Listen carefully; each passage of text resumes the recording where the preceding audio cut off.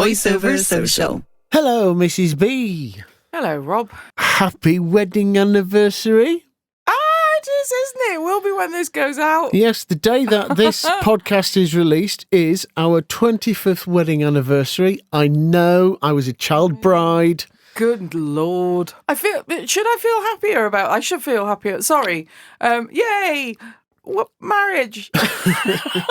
Oh, my word. Well saved. Oh, no, I mean, it's been lovely. And it's been not lovely at times, but, you know, that's marriage, isn't it? It's all fun. Yes. Anyway, what are we doing today? I mean, apart from having a celebration. I mean, I'll be honest, my brain is still... So we've had a break, and we've both had a few days where we've actually genuinely not looked at emails. And while that's been amazing, my brain is still a bit fuggy trying to get into things again. It's that classic, oh, okay, work, and so I don't know. What are we doing, Rob? Well, we're introducing a podcast. Excellent. Now, we did this before we had a break. We spoke to the rather wonderful Helen Quigley. We did, yes. We spoke to her about audio production and voicing and being both. Yes, and you and her had a proper little geek out at one point. We did. You did. And I believe we have a panic room, have we not? do have a panic room, yes. That's later on. It is a question for you. Ah. Yes, so that's all sorted and coming up later in the episode. Cool. Do we have anything else to tell people apart from about the podcast? The only other thing that we need to mention is that tickets for the Great Big Voiceover Social 2026, which I know feels like a lifetime away, but really is terrifyingly not that far off, will be on sale soon. Yay! And just for a reminder for everybody, the Great Big Voiceover Social 2026 will be held on February the 7th in Manchester, in the same venue as it was this year. Yes, and if, as I say, we will be shouting out very loudly when the tickets go on sale.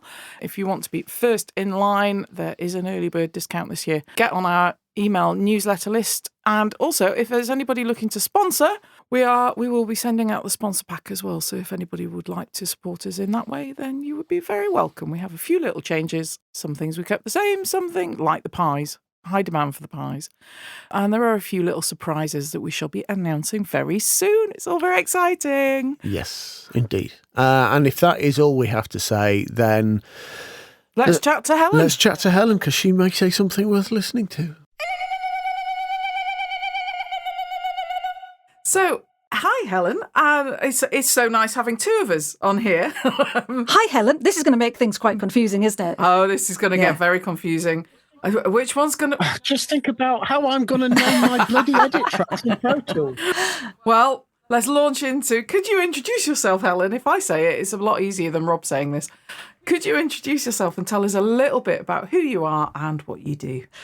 Oh, I do so many things. I'm Helen Quigley. I started off, certainly as you guys know me, as a voiceover. I'd previously been doing some work in television, doing continuity and some radio traffic reports. But then I jumped into freelance waters and put together everything that I'd learned from those experiences and decided to go into voiceover. I'd already been doing a little bit. And then, oh goodness, after about several years of that, I've ended up doing more production work. So I was doing trails for the BBC.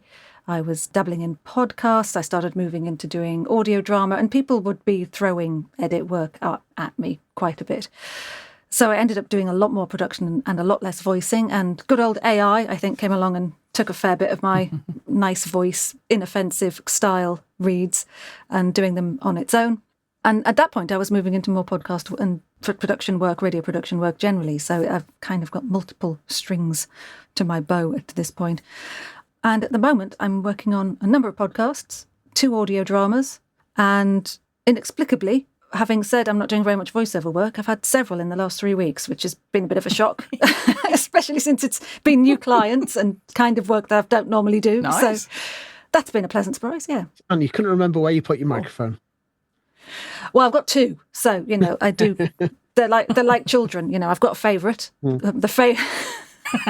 I couldn't get the favourite one working, so we're using this one. Excellent. I love it. So have you had formal production training, or No, how did you get I'm into one of those. production? I'm one of those voices who crept up the commercial route, kind of, and being self-taught. Right. So I started doing a little bit of radio work, and then by doing continuity work, as being a continuity announcer, I was a producer who ended up getting roped into doing continuity announcing, and I was spending an awful lot of time, about once a week, every fortnight, either going to a studio and recording all of the links, or going with the other announcer, who at that time worked our way through 3 comedians, taking them into the studio and recording the links. And we were using big post-production and audio houses to essentially record dry voice, which the engineers loved because they could just sit there and drink coffee and chop up my voice or somebody else's voice. And it was a lovely trip out of the office, but it wasn't terribly efficient, both financially and with my time. So given that I was dabbling a little bit in doing some editing myself, and I think I had Audacity on the go, I had a word with management and said, do you know, it would save money if you buy Adobe Audition and we can work on that in the office and do all our own editing and cut it all up and put it on mini disc ready for transmission. This dates it, doesn't it? Mini disc. All of the links were on mini disc. And that's what happened. And of course, by having that in the office, I then got approached by one of the managers saying, we want to do an in-house podcast and you've clearly been working with audio the most out of everyone here. Would you produce it? So that's how I started doing the Robin Ince's Show and Tell and Utter Shambles. Neither of those 2 first series are currently available to listen to, but that may change because I kept everything. Well, I say I kept. I'm looking after it because, of course, it belongs to Paramount and Comedy Central as a piece of work. But it would be nice to get it out there again. Yeah, so that's how I got onto the editing and production side more. Yeah, they're big first clients to get for production work. Well, I was already staff, so that helped. Yes. Yeah. There must have been a moment of trepidation, surely, though, just kind of, I'm just doing this thing for Comedy Network with Robin Ince. Yeah, it's just normal. Well, it was such early days. It was 2006. You know, podcasts hadn't really got going. You had Ricky Gervais, you had Richard Herring doing his podcast, but there weren't any professional podcasts, particularly in the comedy space. They were either doing it themselves, and they were the only 2 big names, really. Wow. So with hindsight, I was thinking just the other day, that was quite a big deal, but nobody seemed to realise it at the time because it was such a new thing. It's always that at the start of a thing, it's not that big a deal because no one's done it before, and it's only much later when someone says, that really 2006? I'm like, yeah, that was the first one I did. It's a mad change for something that is so everyday in so many people's lives that just listening to stuff. In the amount of podcasts that are around. So, I mean, you've answered the which came first question that we had, but which do you prefer more? Do you miss the voiceover days, or have you found your love as a producer? I don't really miss them because they haven't 100% gone. Like I said, just this afternoon, True. I did the classic talking to a producer for 3/4 of an hour and then sending him 1.5 minutes of audio because that's all that was the only bit he needed, and I had a lovely chat and it was all very nice. So it sort of harked back to those days. So yeah, I can't really miss something when it hasn't gone fully. I mean, it's the amount of work I do has changed, and the production side of things is quite fulfilling in a way because you're focusing on a project. It's something you start, it's something that concludes, and you're immersed in it for quite a long time. I mean, the BBC drama I'm in the middle of, I say in the middle because we had 2 recording days and one was last month and one is next month, will be a culmination of 3 years' work by the time it gets to air from start to finish. Didn't have the budget to match that, unfortunately, which is why I do other production work and other voicing.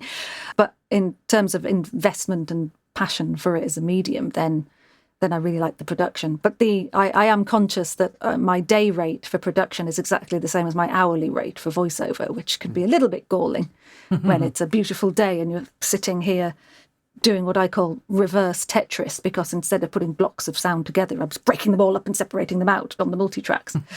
That's very time consuming. But there is a quite anally retentive satisfaction in cutting up a line of dialogue or speech and beautifully merging the breaths so it sounds like there's no break at all, or cutting something together so you can never tell that there's been an edit.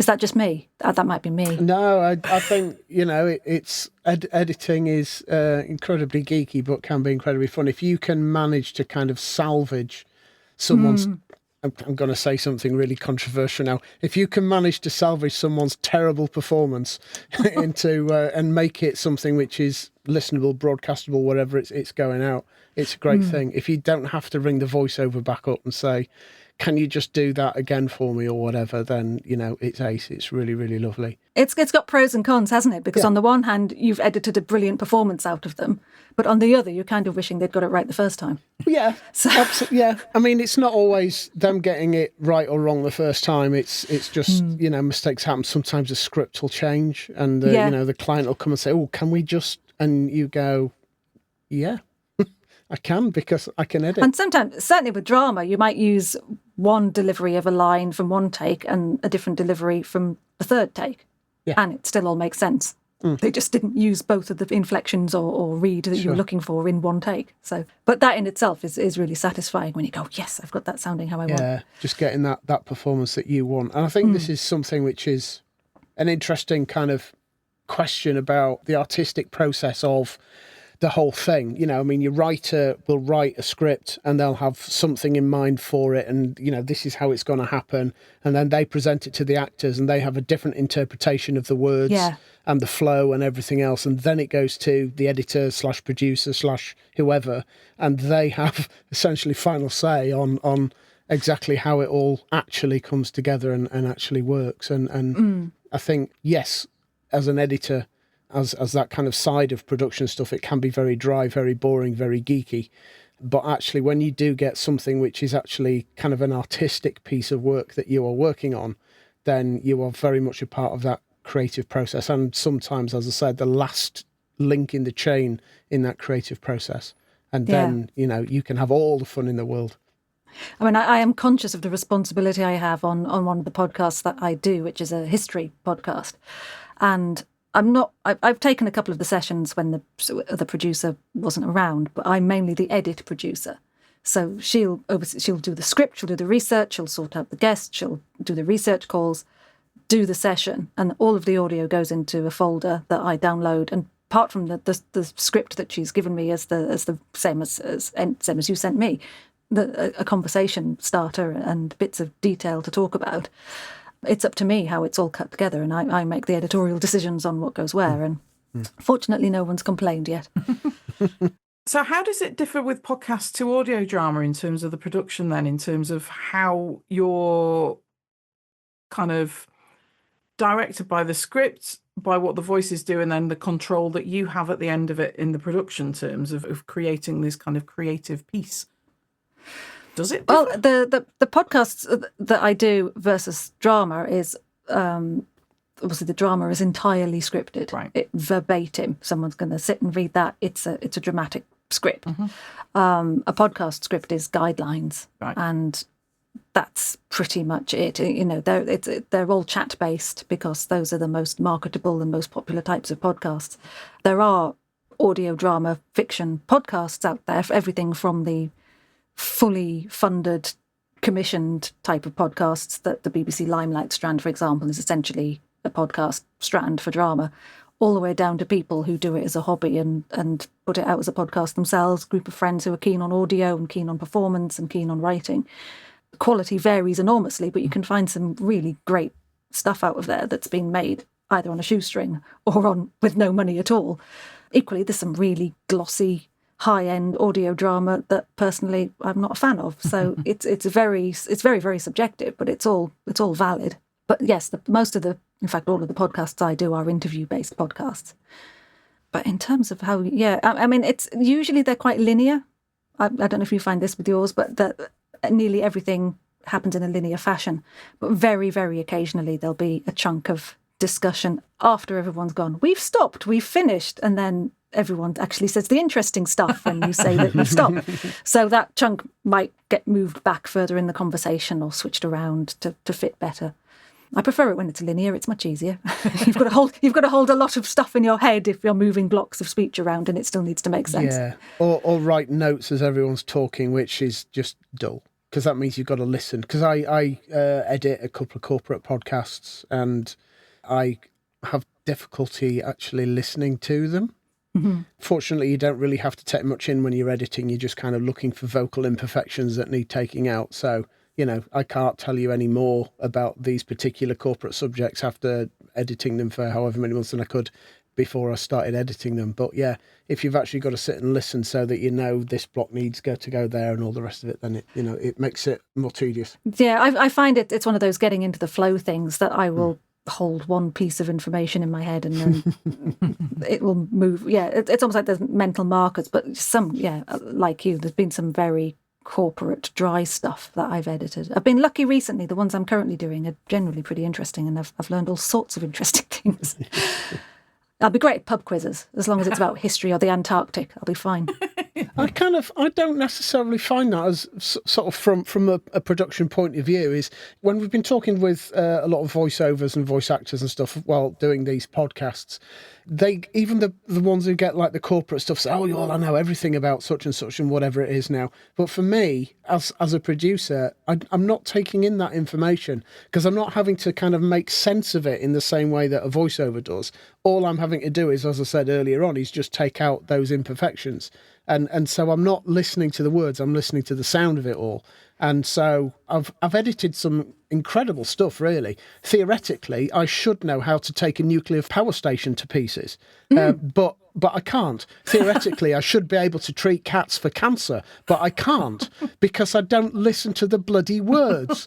See, this is it. I'm actually the other way round, I think, because whenever I've done a fair bit of medical narration and e-learning, and I did an awful lot of sales information. Well, e-learning for the people selling the cars, for a particular high-end brand of car for a long time.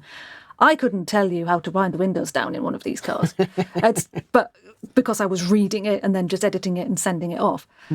Or, again, I couldn't tell you how to administer a catheter, which is one of the things I remember doing once. Just no idea. Just because I've read it and spoken it out loud doesn't mean I know what I'm doing. So that falls out of my head a bit. But when I'm editing a podcast, I am conscious that I have to be aware of what's happened at the beginning, the middle and the end. Sure. So I tend to try and pay attention. In fact, that's one of my cues for where to make an edit, because if I'm listening and my attention drifts, then it's got boring. So I will go back and listen again and go, yeah, that is boring, it's coming out. Or maybe I got distracted by Pokemon Go on my phone or something and just wasn't listening full stop. So I will go back and check. I'd just like to get it on the record now that that's not how I edit, so that when you listen back to your podcast and you notice how much I've cut out of it, it's not because it was boring. I'm talking too much. Oh my God, self-edit mode. So moving on to audio dramas then, the scriptists of the performance pieces. How did you get specifically into that? Was that through working, you mentioned working with the BBC. There's a fairly obvious connection, or is it? There isn't. I always was interested in radio comedy. I was always really enjoyed radio comedy, and having got into television, working for a comedy channel, I loved being involved with that. Doing the podcast was one of the best things I ever did, because I was doing a bit of comedy. I was doing audio. Podcasts were a new thing. That was great. And I was quite keen at the time. I think I applied for one of the comedy producer bursaries whilst I was still at Paramount. Got nowhere. Controversially, I didn't go to Oxford or Cambridge. Might have had something to do with it, might not. Might have just been a complete coincidence. So never went any further than that. But I did always quite enjoy listening to audio dramas, and I think there was one in particular I always liked that people often quote, which was the one that I liked listening to. Was it Neverwhere? It was Neverwhere. I think that was Neil Gaiman, and directed by Dirk Maggs, was one of the first ones I listened to, because I think it was an fairly early Radio 4 drama that had quite starry names in it, which interested me and intrigued me on that level. There was also quite a lot of I liked sci-fi, I liked drama. And then when B7 Media were doing a talk about audio drama and Blake Seven and Stand Dare, one of the other productions that the company does, I cornered Andrew Sewell at the chat and just sort of went, I like Blake Seven and I like audio drama, and can I do something? And I said I made trails and complained that the trails that he had for his Dan Dare production were 2.5 minutes, 3 minutes long, and that wasn't a trailer. So I went away and made some trailers, and fortunately we managed not to kill each other during that creative process. So I ended up doing more and more.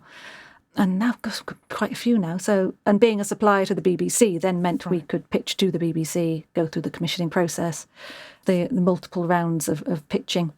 And the BBC are one of the things that I do appreciate about that process is once you've jumped through the hoops, they just let you get on with it. And there's no one micromanaging, there's no one wanting to see a script, there's no one checking, have you finished it yet, who've you hired, what's happening. It's just, they go, great, you've done due diligence, we've checked you're all right, you know what you're doing. When it's finished, just let us have it, please. Which is good. So for voices wanting to get into audio drama, to work in that realm, are there any tips that you could give them in terms of either how to approach getting into it or how to approach the sessions and the recording and how those work? It's a bit of an odd one because generally we know what we're looking for in a character and we will either look in our pool of voices that we have who've contacted us, who we know already from many other kinds of acting, might be stage, TV, film, generally just any kind of voice performance, including gaming and animation, although there is a caveat on gaming and animation reels because they tend to be quite heightened performances rather than natural ones. Not universally, but I remember talking to someone once who wanted to make some audio dramas, a local hobbyist I was talking to, and he said, oh yes, audio drama, you've got to be bigger and really make it more obvious because people can't see you. And I nearly had to shoot a kitten. It was, no, don't do that. It's when you've got a close-up on an actor on TV or film, are they, just because they're whispering doesn't mean you can't hear them, for example. Yeah, it's act exactly as you would if in that situation. I get that stage has a different type of acting attached to it, but audio, it should, again, falls into that big word, authentic. It should always be true to what you're doing, true to the character. But in terms of casting, monologues aren't great. Don't send monologues. If you're going to, you might do a lovely monologue, but equally I want to hear how you sound talking to another actor. Yeah. And it also gives me a sense of performance generally, how you act and react. Contact-wise, people do get in touch and send reels and saying, I'm available, I'm interested, I've heard what you do. And usually have a listen and they go on my spreadsheet just in case something comes up. But there aren't really big casting calls for audio dramas because it's quite a small medium compared to other things. A lot of actors will recommend other actors obviously Big Finish are one of the biggest hirers of actors for audio drama and doing the Doctor Who dramas and so on. I hate saying that it's often someone who's done it will put your name forward or people you know. Not always. There's actors I've approached who've never done any audio drama because their voice was a good fit from what we heard. Audiobooks are also not a bad way to get a sense of how someone performs. And don't approach any kind of casting with I can do lots of great voices and accents. Chances are we won't use you for that. We will hire you for one role, which might be your main role. And then if it's across a series, you might be in episodes 1, 2 and 3 and 6 as a waiter, a bank cashier, a voice in the background because there's separation between the episodes that you're in. Unless you've got a principal character who's in everything, you will just be that one character. I think distinctive is good, but not necessarily. I mean, if you've... Again, this is sort of one of the things where I would fall by the wayside in a casting is that I'm a nice female voice.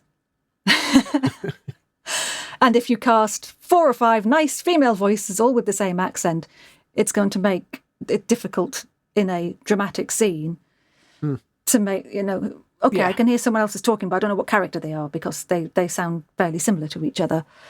And then you stop paying attention to the story and the performance and you're too busy wondering who's talking. You don't have a visual cue. Even with some brilliant sound design indicating where people are, you don't necessarily know who they are if you haven't got a visual reference. We did a drama called Theatre of the Damned about 3 or 4 years ago, and one of the things I'm proudest of with that is every single voice is distinctive for one reason or another, just a quality, an accent, a type, a style of delivery. Just they're all very clearly, you can tell who's who. How many voices out of interest was that? Can you remember? Oh, I'd have to check. I think it was about 15, I think, all in for the whole thing.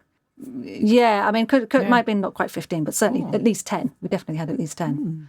It's really interesting hearing you say about the need to have different demos and how those demos are built and scripted within themselves. I think it's absolutely right that the gaming and the animation stuff is a heightened, shortened kind of more likely to be monologue, maybe, because so many of the bits of audio that you hear in a game are individual. They're not necessarily a conversation.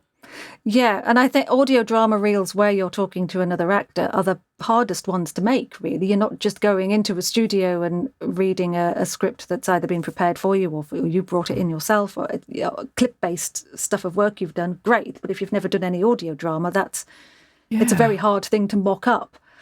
Absolutely doable. I have helped a few people with doing a couple of one-to-one conversations or scenes and dropping in a little bit of sound design and a bit of positioning to help that sense of being in a drama. And it is easier to do than it used to be because you get in a situation like this online and record it, put it together.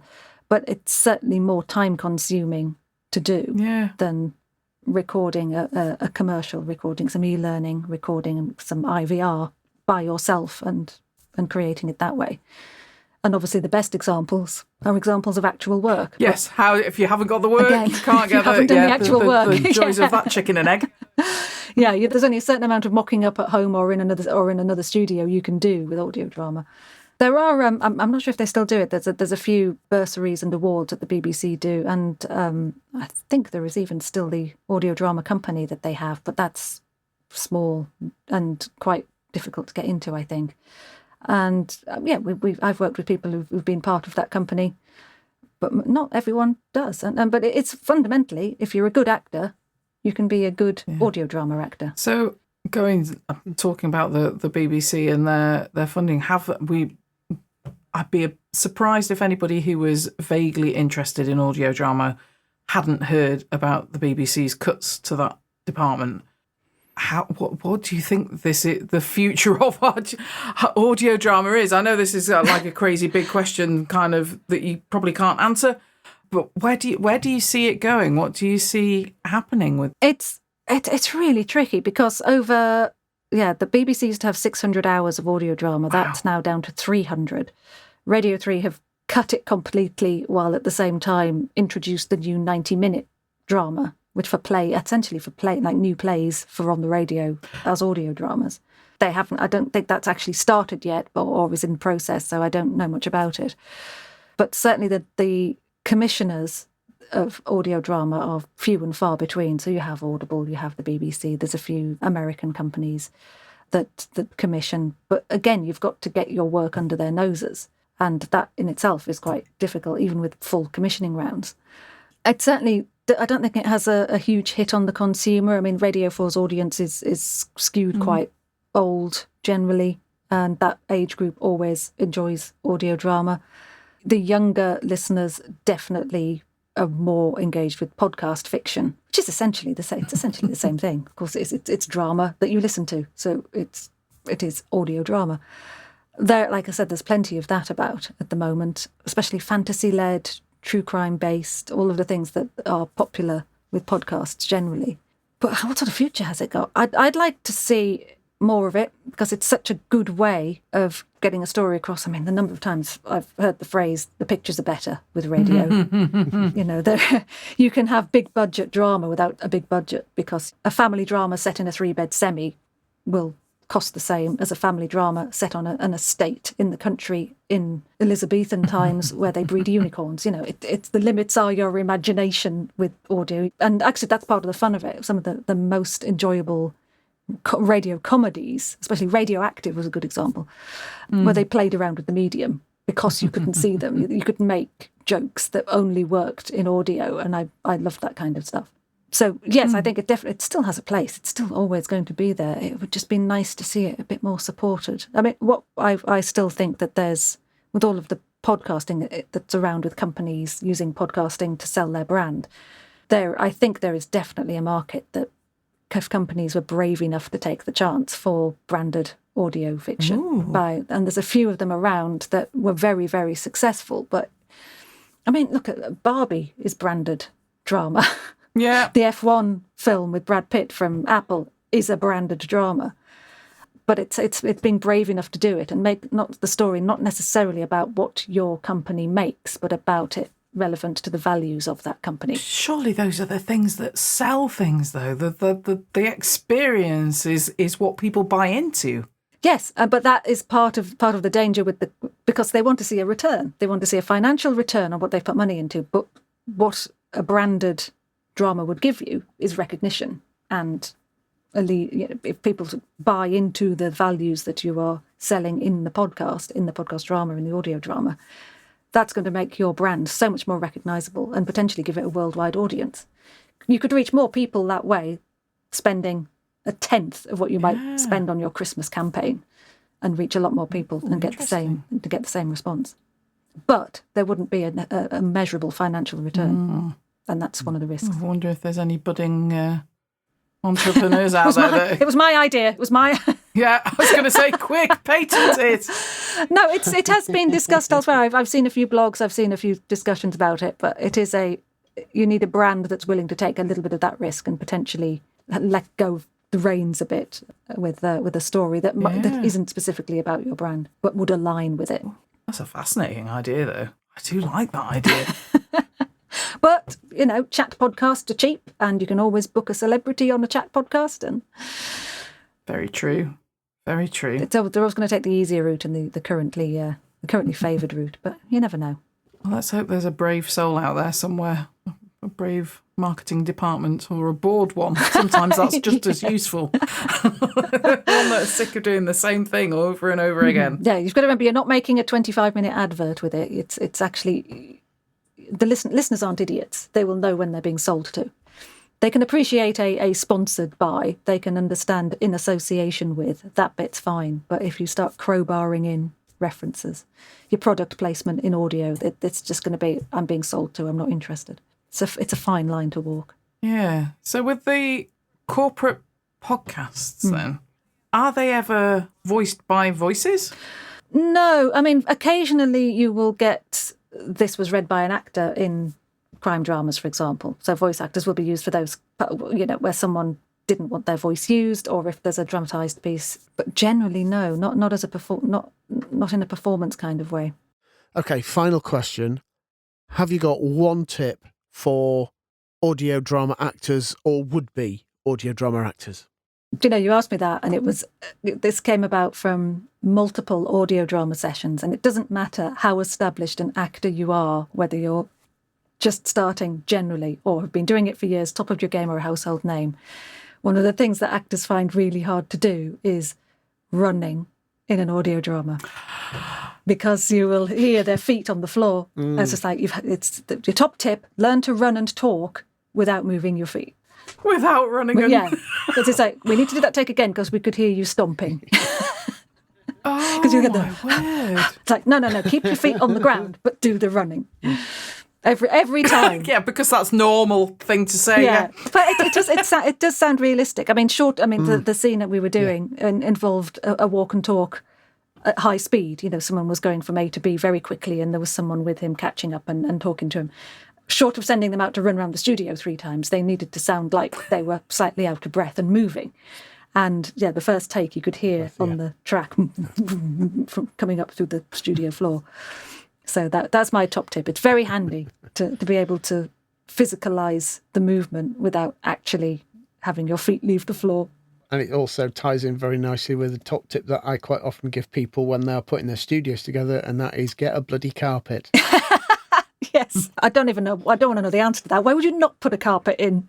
I don't know. Well, lots of people don't, because carpets are very fashionable at the moment. But it's sound insulation for one thing. It's acoustic treatment. But yes, it also hides all that foot shuffling. I've got a floor, some sort of rubber matting, and a thick wool rug in mine. It's very nice on the bare feet.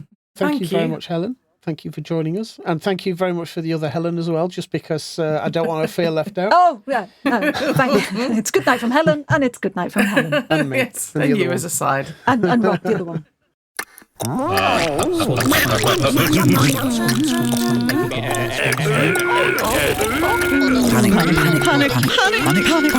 Panic room. I have a question for a friend because she's learning about voiceover and getting into it. My question from her was actually to Helen about a website where she's been looking. I recommended to have a look at different people's websites to see how she would present herself as a VO.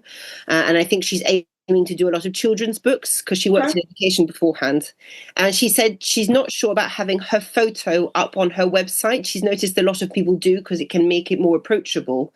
But also she's also got that fear that people might go like, oh no, I can't imagine that face reading my book or something. Yeah. And she wants to know, what do you think about that? She might not like the answer to this one with the photo, but it's kind of personal preference. And I think it's about, you're right that having a photo up there absolutely helps build that trust. People feel like they know you more if they know what you look like, and therefore they trust you more if they know what you look like because they feel like they know you better. So there's that kind of little cycle there. You're also less likely to be a robot spammer if you've actually got, a photo. But then you've got to kind of back that photo proof up with more than one photo because, anybody can get a photo and just shove it online. But I agree, people do also prejudge people's voice sounds, and it can be particularly difficult if you sound really, really different to what people perceive you look like. I would suggest in a case like that, if they're only starting out, it might be trickier. Even if it's a one-page website as opposed to several pages, avoid putting the photo at the top, but have it near the contact, because then you're kind of working with both. You kind of avoid that preconception because the stuff that you have right at the top of the site needs to be the demos, and that's what people are generally looking for, generally going to go for. That's what they're going to be listening to. And then have that photo lower down. But remember as well that just because it's currently voiceovers for kids work, it might not be long term. So don't just make the whole site feel like it's CBeebies or kids TV, because that'll really restrict you further down the line. What you want to do is kind of create remember, the kids aren't your clients.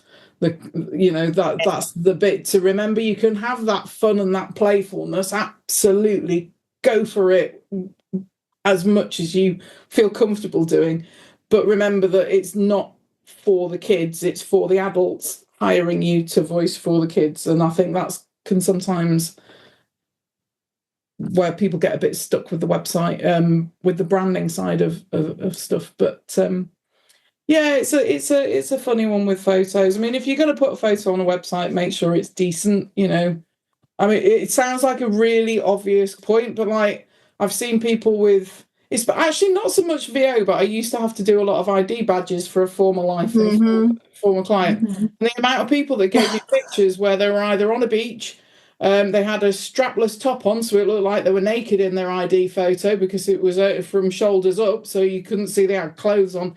And it's just like, you got to think about the context of where these things are being used.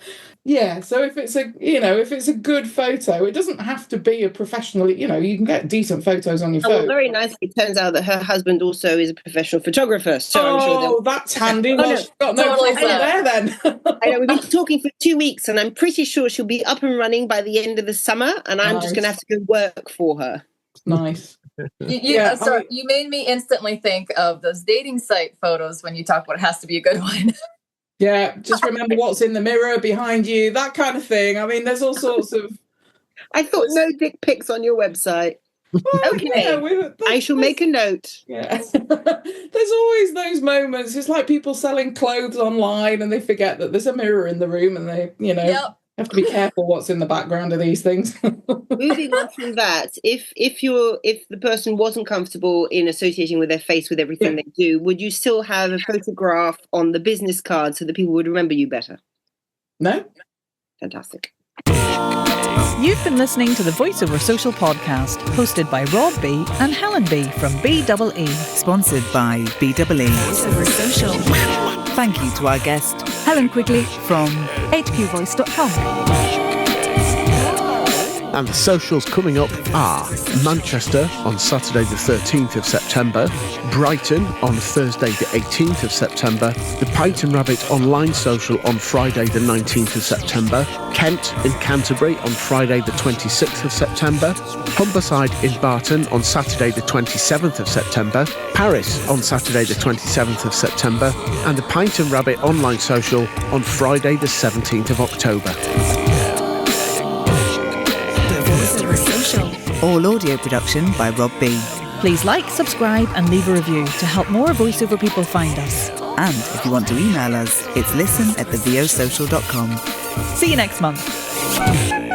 The Voiceover Social.